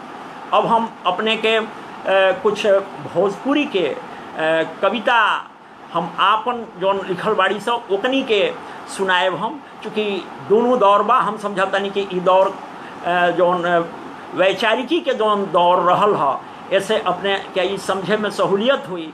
हमू जौन कविता अभी पढ़ब अपने सबके सामने, ओमे समकालीनता के छौंक मिली, आ जौन हम बात कहनी हो वो कविता के जरिए भी अपने सामने के प्रकट हुई। हम एकरा के हम ई अपन ई करब ताकि अपने समझी। देखी ई जौन पहिल की कविता हम अपने के सुनावे जा रहल बनी, एकर शीर्षक के बा एक कविता, है ना। अपने रीतिकाल के रीतिमुक्त जौन काव्यधारा रहे ना, ओकर कवि रहनी घनानंद जी। हम शुरुए में बता देवे के चाहतनी ये कविता के पृष्ठभूमि। हमनी जब रीतिमुक्त काव्यधारा के कवि घनानंद जी के एगो हम सवैया पढ़ले रहनी, जौना में रहे कि लोग हैं लागी कवित्त बनावत, मोह है तो मोर कवित्त बनावे, है ना। कविता के सृजना जौन बा वो कविए ना करेले, बल्कि कविता भी कवि के सृजना करेले, ओकर रचाव करेले, ओकर कवि छवि के निर्माण करेले, है ना। यही सवैया के यह पंक्ति से प्रभावित होके हम ई मुक्त छंद में एगो कविता रचे के हम प्रयास कैले बानी। देखी अपने एकर शीर्षक बा एक कविता। एक कविता, एक कविता हम तहरा के रची कि तू हमरा के रचबू। एक कविता हम तहरा के रची कि तू हमरा के रचबू। तहरा के रचे के तो हम भर ही कोशिश कैनी, तहरा के रचे के तो हम भर ही कोशिश कैनी। आपन सगरी झोंक डलनी, आपन सगरी झोंक डलनी, शब्दन के समिधो आहुति बदे बिटोर लेहनी। शब्दन के समिधो आहुति बदे बिटोर लेहनी, अपना समझदारी के भसवो हम ढूंढ लेहनी। अपना समझदारी के भसवो हम ढूंढ लेहनी। भाषा, भाषा जौन बराबरे हमार छुड़ा कैंची रहल, भाषा जौन बराबरे हमार छुड़ा कैंची रहल। चीलन के गीधन के पाकल घावन के मवाद बहावे के। भाषा जौन बराबरे हमार नस्तर रहल। चीलन के गिधन के पाकल घावन के मवाद बहावे के। अचानक न जाने काहे, अचानक न जाने काहे ओकर धार उतरी गइल बा। अचानक न जाने काहे ओकर धार उतरी गइल बा। अब भाषा के बाद देखी शब्द। शब्द जौना के हम उगील दी तो मार डालल जाए। शब्द ध्यान दिए हैं पंक्तियन के, एह बरा के समकालीन कविता के भावबोध के देखी यह पंक्तियन में कि शब्द जौना के अगर हम उगील दी तो मार डालल जाए, आ अगर निगल जाई तो खुदे मर जाए, आ अगर निगल जाई तो खुदे मर जाए। हमार यह समस्या के सृजना, हमार यह समस्या के सृजना लगातार ललकारत लखेरई नइखे कैले। हमरा यह समस्या के सृजना लगातार ललकारत लखेरई नइखे कैले, बल्कि भलमनसाहतिए कैले बिया। देखी एह बेरा के ई समस्या जौन बा, एह बेरा जौन निष्क्रिय भद्रता जौन बियानु, इहे एह बेरा के कविता के कवि खातिर आ समाज खातिर सबका खातिर समस्या बन के सामने बा। अब एगो दोसर कविता हम पढ़ब, जैसे अपने के समझे में सहूलियत हुई कि समकालीन कविता के दौर कौना रूप में कविता के देख रहल बा, कौना रूप में समय के देख रहल बा, कैसन साँच के परख रहल बा, आ शब्दन में पिरो के कैसे वो कविता रख रहल बा। हमरा ई दूसर की कविता के शीर्षक बा समय साँच आ शब्द। समय साँच आ शब्द। तो हम पढ़ रहल बानी कविता, सुनल जाओ कि हर समय के साँच, हर समय के साँच अलग अलग होला। हर समय के साँच अलग अलग होला। साँच के रूप शब्द के अर्थ समय के वेग संगे डेग मिलावत चलेला। शब्द, शब्द सावन के फुहार में भींग के मस्ती से मस्त मगन मन नाचेला। शब्द सावन के फुहार में भींग के मस्ती से मगन मन नाचेला। आ कबो माघ में घाम लोढ़ के छोड़ कपकपी खिल जाला। कबो माघ में घाम लोढ़ी के छोड़ कप कपी खिल जाला, आ कबो हवा के साथ साथ ऊ चढ़ल पिठैया मेघन के, कबो हवा के साथ साथ ऊ चढ़ल पिठैया मेघन के बचवन जैसन अगरा जाला, कबो फूल से कान सटा के, कबो फूल से कान सटा के, फुसुर फुसुर बतिया मतिया तितली के मार, तितली के मार मती राग के रंग पाखी पर भर देला, अगर कबो रिसिया जाला, अगर कबो रिसिया जाला खिसिया जाला, अगर कबो रिसिया जाला खिसिया जाला, तब रूप भयानक ले लेला, तब रूप भयानक ले लेला। उ लहरन पर चट्टानन के छाती चढ़ के बेरी बेरी, उ लहरन जैसन चट्टानन के छाती पर चढ़ के बेरी बेरी पुरजोर हुमिच्चा मार हिक भर हिलावे के कोशिश करेला। अब देखी सांच समय के रथ पर चढ़ी, सांच समय के रथ पर चढ़ी, दूर देश के धांग छोर, उ पोर पोर आपन अनुभव से भर लेला, उ पोर पोर आपन अनुभव से भर लेला। फिर आगे के देखी कि सांच जहाँ सगरी सी मन के लांघी, सांच जहाँ सगरी सी मन के लांघी, आँच आपन पहुँचा देला, क्षण भर खातिर उ भले, क्षण भर खातिर उ भले, विषम विरूप बाउर ऊपर ऊपर लागे, बाकिर भीतर से ही ओकर, बाकिर भीतर से ही ओकर, सुन्नर शिव रस से भरल विरल समरस होला, बाकिर भीतर से ही ओकर, सुन्नर शिव रस से भरल विरल समरस होला।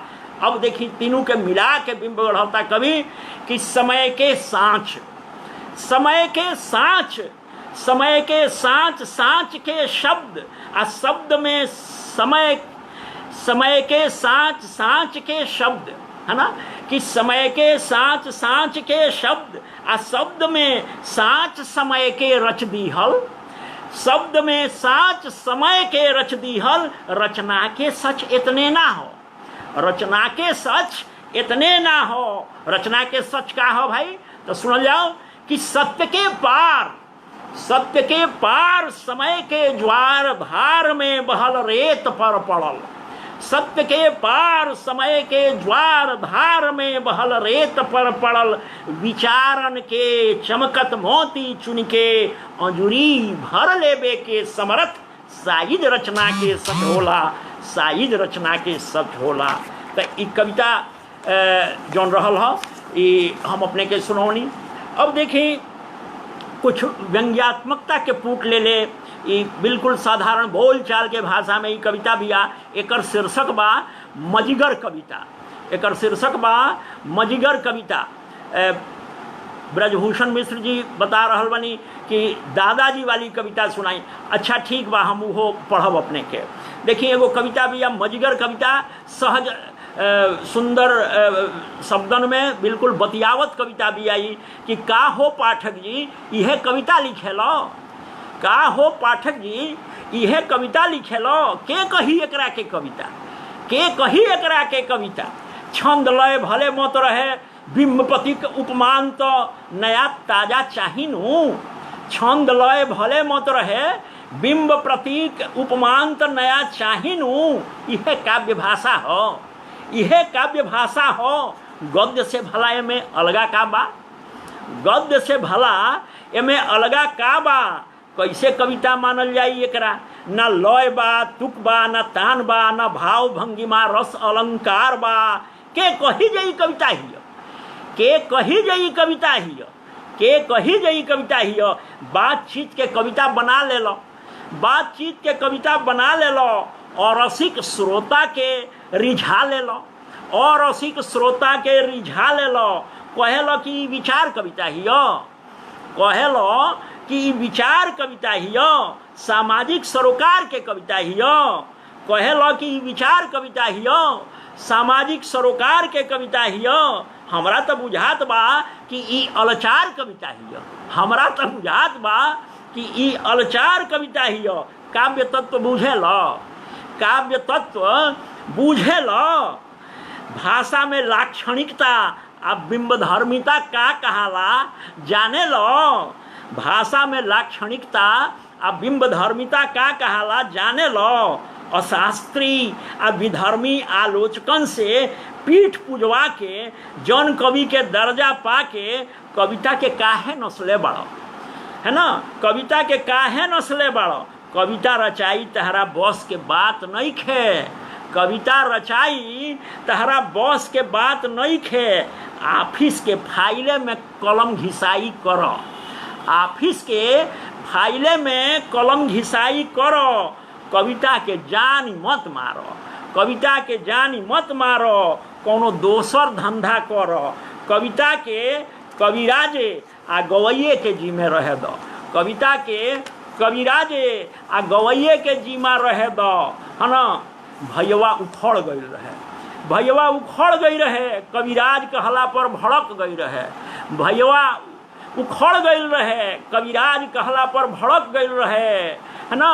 ठंडैला पर हम कहनी सुनो नहीं यार, ठंडैला पर हम कहनी सुनो नहीं यार, तहरा के हम रोकत थोड़ी के बानी, तहार जमात अलग बा, तहार जमात अलग बा, तहरा के धकियावे के कुबत हमरा में थोड़े बा, तहरा के धकियावे के कुबत हमरा में थोड़े बा, पसौर के बैठे लो, पसौर के बैठे लो, मंच पर चमके लो, संचालक कितना बढ़िया परोसेला तहरा के, तहरा कविता के गुणगान करेला, तहरा के ताली बजवा के उठावेला आ ताली बजवा के बैठावेला, एमे कहाँ दूर आए बा, एमे कहाँ दूर आए बा कि जवन देसावर टानी, कि जवन देसावर टानी उहेनु केहू कविता मानी, जवन देसावर टानी उहेनु केहू कविता मानी, कविता में का होई अब हर हराई चौका चुहानी, कविता में का होई अब हर हराई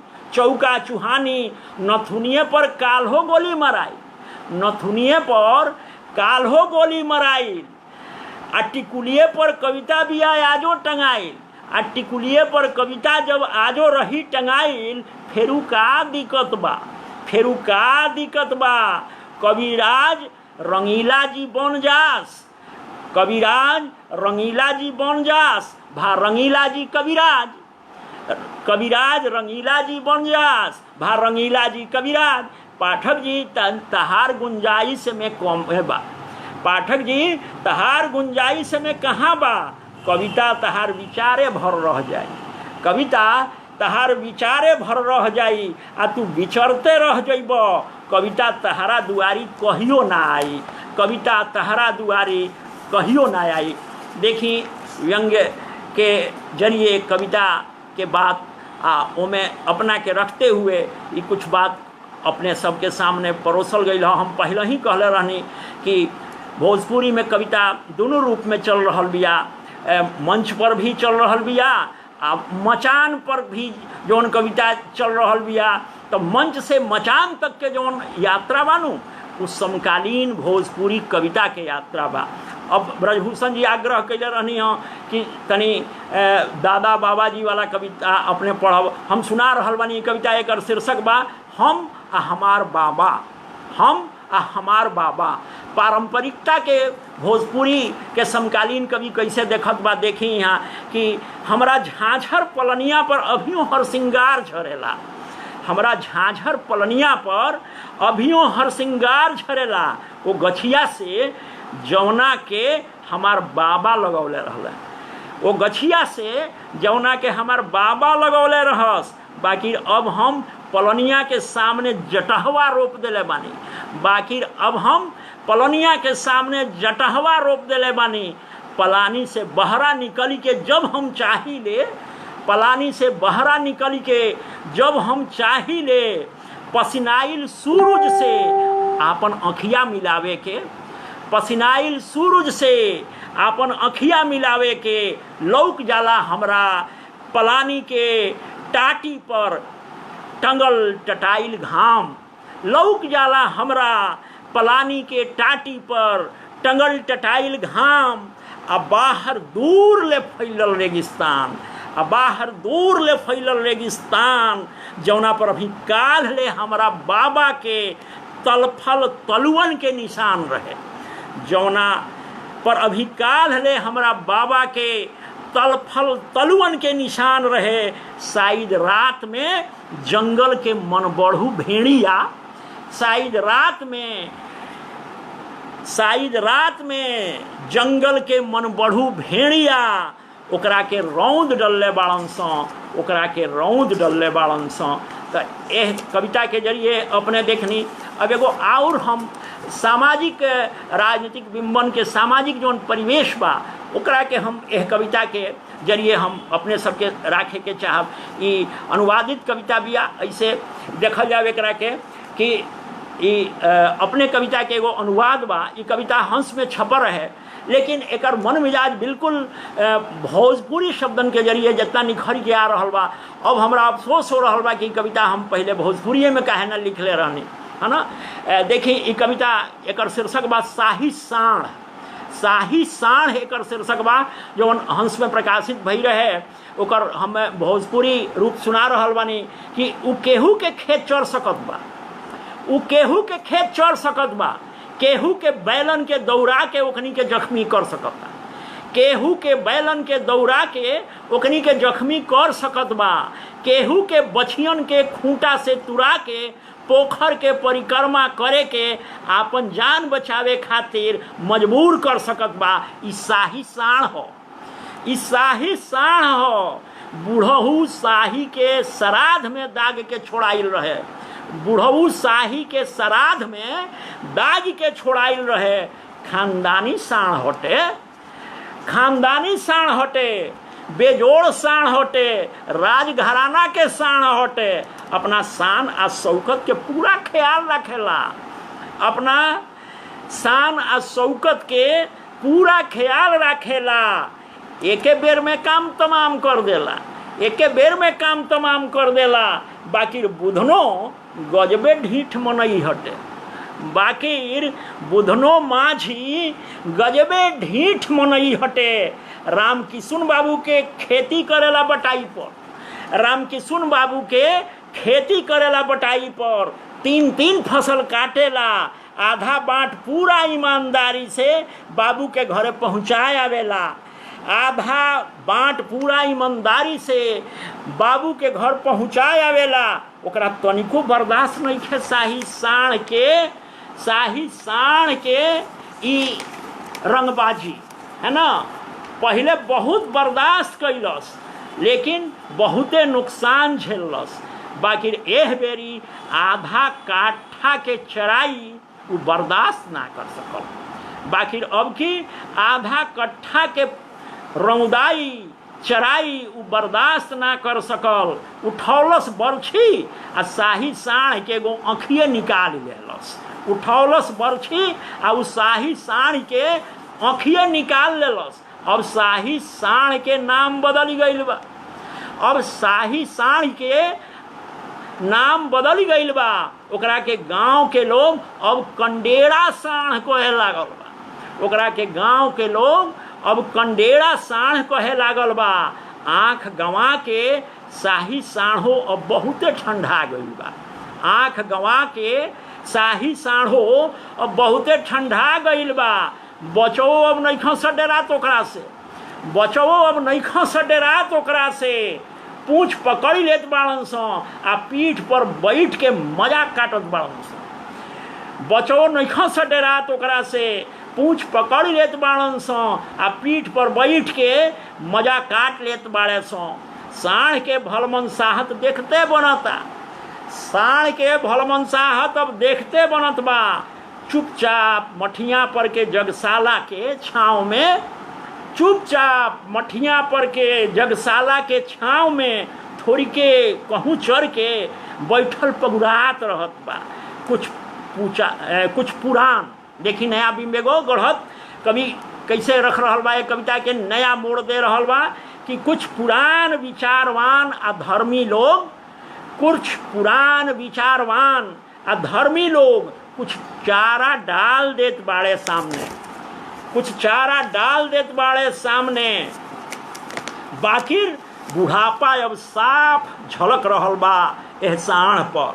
दाहिना तरफ फेंकल पेटाढ़ी पड़ले रह जाता, बाकी भूखे पड़ल आलस के मारल बेचारा खानदानी साढ़ गर्दनों नहीं खे हिलावत, है ना, गर्दनों नहीं खे हिलावत। ई खानदानी साढ़ दुबरात जा रहल बा शाही नशा उतरला के बाद, दुबरात जा रहल बा शाही नशा उतरला के बाद। बुझात बा सधुआ गइल बा, बुझात बा सधुआ गइल बा। जीवन के आखिरी दिन में अपना पुण्य के गठरी भर लेवे के चाहता। कोनो रंजगी नहीं खे अब बुधनो माझी से ओकरा, कोनो रंजगी नहीं खे अब बुधनो माझी से ओकरा। सोचत बा कि अच्छा भइल, सोचत बा कि अच्छा भइल जे बुझना माझी अपना बरछी से एगो अखिया निकाल देहलस। अच्छा भइल जे बुधना माझी अपना बरछी से एगो अखिया निकाल दिहलस। ना तो लइको ना सटते सन, ना तो लइको ना सटते सन एह अलचारी में, ना तो लइको ना सटते सन एह अलचारी में। शाही साढ़ अब दिन गिनत बा, शाही साढ़ अब दिन गिनत बा। बुधनो अब एकरा ओर ताकल छोड़ के बेफिकिर हो गइल बा, बुधनो अब एकरा ओर ताकल छोड़ के बेफिकिर हो गइल बा। यह सामाजिक चित्र के बाद आई अब हम कुछ छंदबद्धता की ओर बढ़ब। एकरा पहले हम ओकर पृष्ठभूमि तैयार करब। एगो कविता हम समकालीन बिंबन के जरिए ही हम अपने के परोसब। भोजपुरी के प्रेम कविता के रूप में एकरा के अपने देख पर रखी सकत बानी। एकर शीर्षक बा कि तू फेरू हमरा से उहे पूछबो, है ना। प्रेम कविता के रूप में एकरा के अपने देखल जाओ कि तू फेरू हमरा से उहे पूछबो, है ना, कि हम जानत बानी तू फेरू हमरा से उहे पूछबू जौना के बारे में हम साफ साफ साँच साँच हम कुछ ना कह पाएब। सब कुछ जानियो के कुछ ना बता पाएब, सब कुछ जानियो के कुछ ना बता पाएब। जिंदगी के अर्थ तो तोहरो पता रहे, जिंदगी के अर्थ तो तोहरो पता रहे। बहुते विश्वास से कहत रहलू, बहुते विश्वास से कहत रहलू कि कोनो किताब में रखल गुलाब के सूखल पंखुड़ी, कि कोनो किताब में रखल गुलाब के सूखल पंखुड़ी, कोनो पन्ना में उकेरल चित्र के फीका पड़त रेघारी, कोनो पन्ना में उकेरल चित्र के फीका पड़त रेघारी, कोनो आधा अधूरा गजल के मतला, कोनो आधा अधूरा गजल के मतला। इहे सब नु होला जिंदगी के मानी, इहे सब नु होला जिंदगी के मानी। कोनो बियावान वीरान रेगिस्तान में थकल हारल होइयो के तलफल तलुअन से निशान छोड़ल, कोनो वीरान बियावान रेगिस्तान में थकल हारल होइयो के तलफल तलुअन से निशान छोड़ल। सेवार से ढकल पोखरा के पानी में कोनो अकड़ी मार लहर उठावल। मन आ माथा में उमड़त घुमड़त, मन आ माथा में उमड़त घुमड़त भावना आ विचारण के, भावना आ विचारण के छंद के बंधन में, छंद के बंधन में बांध के अटावल। कुछ ऐसने नहीं होला जिंदगी के कहानी, कुछ ऐसने नहीं होला जिंदगी के कहानी। हमरा खूब याद बा, हमरा खूब याद बा तू हमरा के रटावे के पूरा कोशिश कैले रहलू। हमरा खूब याद बा तू हमरा के रटावे के पूरा कोशिश कैले रहलू कि हम बीतला से सीख लेके, कि हम बीतला से सीख लेके जौन बा उही में संतोष कर ली, जौन बा उही में संतोष कर ली। आ उ सब हो जाए दी जौन हो रहल बा जिंदगी में जिंदगी के नाम पर, आ उ सब हो जाए दी जौन हो रहल बा जिंदगी में जिंदगी के नाम पर। बाकी हम कहाँ मननी, बाकी हम कहाँ मननी। साँच पूछ तो हमार हम माने ना दिलस, साँच पूछ तो हमार देखी कविता बढ़ रहा बिया दूसरा दिशा में कि बाकी हम ना मननी। साँच पूछ तो हमार हम माने ना दिहलस। हम तहरा में अपने के खोजत रह गईनी, हम तहरा में अपने के खोजत रह गईनी। अपना में तहरा के उतरे कह दीहनी, हम तहरा में अपने के खोजत रह गईनी, अपना में तहरा के उतरे कब दिहनी। आज हम चाहियो के ना बता सकीला, आज हम चाहियो के ना बता सकीला वो बात जौन तू पूछे के चाहत बाड़ू। आज हम चाहियो के ना बता सकीला वो बात जवन तू पूछे के चाहत बाड़ू, जाने के चाहत बाड़ू। चूँकि फेरू तू हमरा से उहे पूछबू, चूँकि तू फेरू हमरा से उहे पूछबू, तू हमरा से उहे जाने के चाहबू। अब एह पृष्ठभूमि में हमनी के आगे बढ़ल जाओ तो देखी हाइकू हमार बड़ा प्रिय छंद रहल बा। भोजपुरी में 2-3 गो हाइकू हम अपने सबके सुनावे, ओकरा बाद हम फिर दोहा गज़ल कारी आगे बढ़ब। बहुत छोट छोट रचना बाड़ी सा, ऐसे हम ज़्यादा समय अपने के ना लेहब। कुछ हाइकू देखी कि झूठ ना बोले, झूठ ना बोले सपनाइल आँख आस उड़े है। झूठ ना बोले सपनाइल आँख आस उड़े है। लहूलुहान जंगल के चेहरा, लहूलुहान जंगल के चेहरा मनई नोचे। तीसर का हाइकू देखी एह बेरा के मौसम के हिसाब से कि ऊँघे बयार, ऊँघे बयार बैसाखी मौसम के लागे बुखार, है ना। ऊँघे बयार ए हाइकू के देखी नया बीम बेगो तैयार हो रहा बा कि ऊँघे बयार आ बैसाखी मौसम के लागे बुखार, बैसाखी मौसम के लागे बुखार। फिर देखी ये नेवान के बहुत प्रसिद्ध हाइकू बा, आलोचक लोग बहुत बार बार एक चर्चा करेला। फिर हम ही परोसे अपने सबके सामने कि हमार गांव केवट कठौता में राम के पाँव। गांव के प्रति हमार जो अनुरक्ति के भाव बा वो यह छोट हाइकू के जरिए देखी कि हमार गांव केवट कठौता में राम के पाँव। फिर सामाजिक बिंबेगो देखी ए हाइकू में कि माटी चढ़ल आसमान के माथे, माटी चढ़ल आसमान के माथे आन्ही आइल, आन्ही आइल। फिर एगो प्राकृतिक बिंब देखी कि देख साँझ के भसुर सूरजबा मुदले नैन, देख साँझ के भसुर सूरजबा मुदले नैन। अब आई अपने के कुछ दोहा छंद में निबद्ध ई जौन रचना बिया। अब हम पहले ही अपने के बतौले रहनी है कि कविता के जौन समकालीनता बा वो छंद के भी साथे लेके चल रहल बा, है ना। आ मुक्त छंद में भी समकालीन भाव परोसा रहल बा। तो देखी दोहा के जरिए ये कैसन परोसा रहल बा समकालीन भाव बोध कि तीत मीठ होते रहल। दोहा देखी कि तीत मीठ होते रहल जिंदगी भइल बवाल, है ना।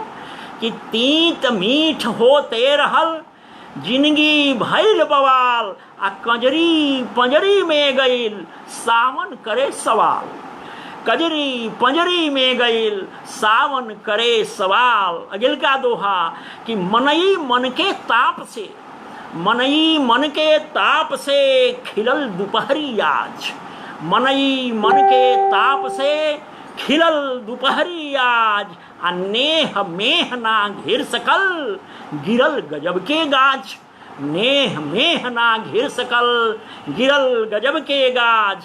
फिर देखिए एगो नया बिंब खड़ा करे के प्रयास बा एह दोहा के जरिए कि माहुर मन तन किसमिसी, माहुर मन तन किसमिसी, माहुर मन तन किसमिसी आ दुनिया देखी छिहाय, है ना।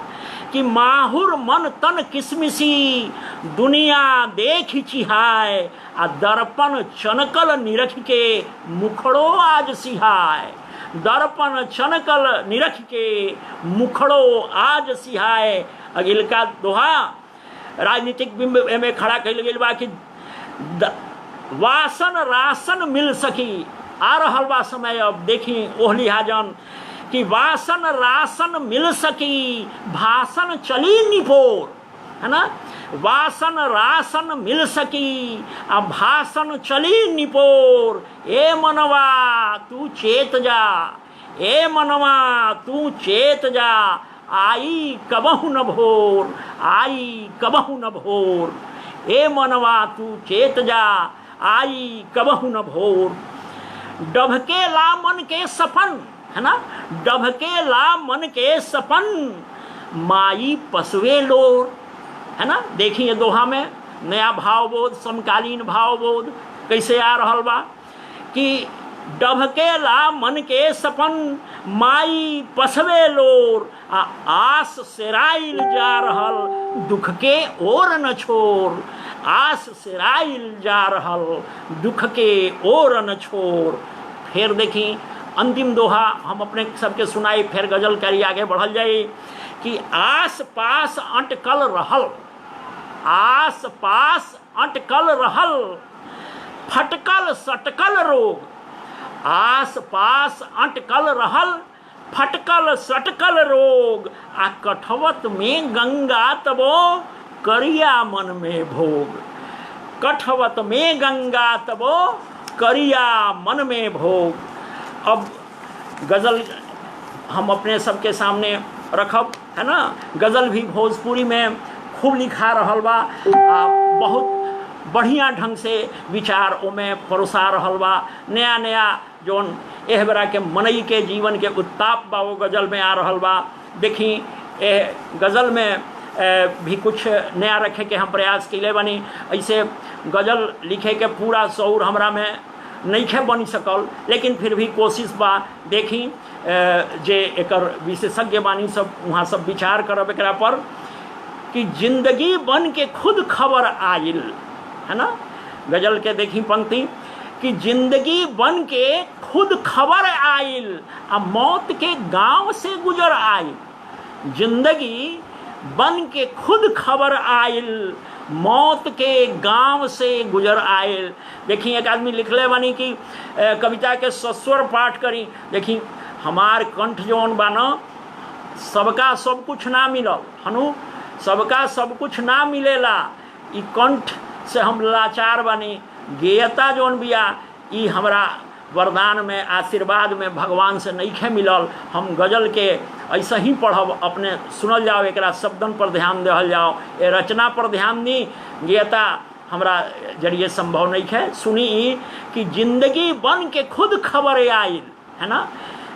गावल गायक सबके काम बा, वहाँ सब देखब परखब, आ फिर वहाँ लोग इनके अगर ई भाई तो वहाँ लोग इन गायब कि जिंदगी बन के खुद खबर आइल, जिंदगी बन के खुद खबर आइल, अब मौत के गांव से गुजर आइल, मौत के गांव से गुजर आइल। अब भोर के सबनमी बिछौना छोड़, मौत के सबनमी भोर के, देखिए फिर से सुनल जाओ ए शेर के कि भोर के सबनमी बिछौना छोड़, हमरा घर थक के दोपहर आइल। भोर के सबनमी बिछौना छोड़, हमरा घर थक के दोपहर आइल। फिर देखी कि दिन दिन उमसत रहल पसीनाइल, दिन उमसत रहल पसीनाइल, साँझ आइल तो तर बतर आइल। दिन उमसत रहल पसीनाइल, साँझ आइल तो तर बतर आइल। आ नाव तो डुबा दिहले रहे बाकिर, नाव तो डुबा दिहले रहे बाकिर, लेके किनारे ई लहर आइल। नाव तो डुबा दिहले रहे बाकिर, लेके किनारे ई लहर आइल। अब देखी कि शहर गजबे इबाए पाठक जी, शहर गजबे इबाए पाठक जी, तंग नजरी जहाँ नजर आई। माफ़ करी हो तंग भाई, सुनील कुमार तंग भाई माफ़ करी हो कि शहर गजबे इबाए पाठक जी, तंग नजरी जहाँ नजर आइल। हम तो आज़ाद हई ख्यालन में, हम तो आज़ाद हई ख्यालन में, बहर लेके मगर टघर आइल। हम तो आज़ाद हई ख्यालन में, बहर लेके मगर टघर आइल। जिंदगी बन के खुद खबर आइल, मौत के गांव से गुजर आइल, मौत के गांव से गुजर आइल। अब ये हम एक दिन और ये गज़ल पढ़ले रहनी, लेकिन चूँकि अपने सबके फरमाइश हम देख रहल बानी, हम आ रहल बा तो हम ये गज़ल फिर से एक बार पढ़े के कोशिश करब। होला ऐसा कि कुछ कवि के खास रचना के वेरी वेरी अपने सब श्रोता समुदाय सुने के चाहेला, तो हम निराश ना करब अपने सबके। ई कविता हम पढ़े के अपने सबके प्रयास करब। ये आज के काव्य पाठ के हमार अंतिम कविता हम अपने सबके सामने पढ़ रहल बानी गज़ल के रूप में कि सपना यापन रोज सिझावे ले बबनी, सपना यापन रोज सिझावे ले बबनी, भर भर थरिया लोर पसावे ले बबनी, सपना यापन रोज सिझावे ले बबनी, भर भर थरिया लोर पसावे ले बबनी। आ मौसम के बौराइल सोखी देख यहाँ, मौसम के बौराइल सोखी देख यहाँ, छत से नीचे आज न आवे ले बबनी, छत से नीचे आज न आवे ले बबनी। आ मुनवा खेले कूदे जाके मठिया पर, देखिए शेर के कि मुनवा खेले कूदे जाके मठिया पर, आ घर ही भींगल बाल सुखावे ले बबनी, मुनवा खेले कूदे जाके मठिया पर, आ घर ही भींगल बाल सुखावे ले बबनी। आ गुड्डा गुड्डी के नीमन कपड़ा पहिना, गुड्डा गुड्डी के नीमन कपड़ा पहिना, अपनो चुनरी लाल रंगावे ले बबनी, अपनो चुनरी लाल रंगावे ले बबनी। गुड्डा गुड्डी के नीमन कपड़ा पहिना, अपनो चुनरी लाल रंगावे ले बबनी। अगल का शेरवा कि पंडित के चमकत नाचत आँखिन से बच, पंडित के चमकत नाचत आँखिन से बच, भोला के बिलपत्र चढ़ावे ले बबनी, पंडित के चमकत नाचत आँखिन से बची, आ भोला के बिलपत्र चढ़ावे ले बबनी। अब माँ के झुर्री, देखी कविता कौना कैनवास पर अब बढ़ रहा बिया, ये गज़ल कौना रूप में आगे पूरा सामाजिक तस्वीर के रख रहा बा सामने कि ये गज़ल रख रहा बिया कि भोला के बिलपत्र चढ़ावे ले बबनी, पंडित के चमकत नाचत आँखिन से बची, अब भोला के बिलपत्र चढ़ावे ले बबनी। अगला शेर देखी कि माँ के झुर्री और बिवाई पापा के, माँ के झुर्री और बिवाई पापा के, लख के मने मन अकुलाले ई बबनी, लख के मने मन अकुलाले ई बबनी। देखी नारी विमर्श के बात कही जाला, देखी एगो पुरुष कवि के निगाह से ये बात आ रहल बा सामने यह गज़ल में कि लख के मने मन अकुलाले अब बबनी। कविता नारी के केंग विस्तार मिलेला अपना जीवन में, कैसे ओकर जिंदगी विभिन्न रूपन में फैले ले कि माँ के झुर्री और बिवाई, वेदना ओकरे शेर में कि माँ के झुर्री और बिवाई पापा के, लख के मने मन अकुलाले अब बबनी। आ सास जेठानी पूत ननद से रिश्ता जोड़, सास जेठानी पूत ननद से रिश्ता जोड़, गजब कहानी बन जाले ई बबनी, गजब कहानी बनी रह जाले ई बबनी। मतलब के शेरबा की पीड़ा और विभेदन से लसराइल ई, पीड़ा और है ना, पीड़ा और विभेदन से लसराइल ई, जीवन कितना जान न पावे ले बबनी, पीड़ा और विभेदन से लसराइल ई, पीड़ा कितना जीवन कितना। अंतिम शेरबा की पीड़ा और विभेदन से लसराइल ई, जीवन कितना जान न पावे ले बबनी, सपना यापन रोज सिझावे ले बबनी, भर भर थरिया लोर पसावे ले बबनी। हम समझत बानी कि यह काव्य पाठ के जरिए अपने सब आज जौन शुरू में हम समकालीन कविता के जौन कुछ सैद्धांतिकी कह सकिले अपने ओकरा के जौन हम रखे परोसे के काम कैनी हाँ, उसे भोजपुरी कविता के जौन समकालीन दौर चल रहा बा ओकरा मन मिजाज के टकटोरे में है ना, ओकरा मन मिजाज के आँखे में अपने के सहूलियत हुई निश्चित रूप से।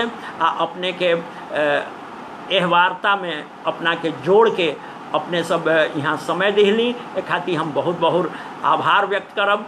आ मैथिली भोजपुरी अकादमी दिल्ली सरकार के जवन पेज बा, यह पेज पर बहुत बढ़िया से सब वक्ता सब कवि सब आ रहल बा है ना, तो हम अपने सबके बहुत बहुत प्रणाम करत अपने सबसे विदा ले।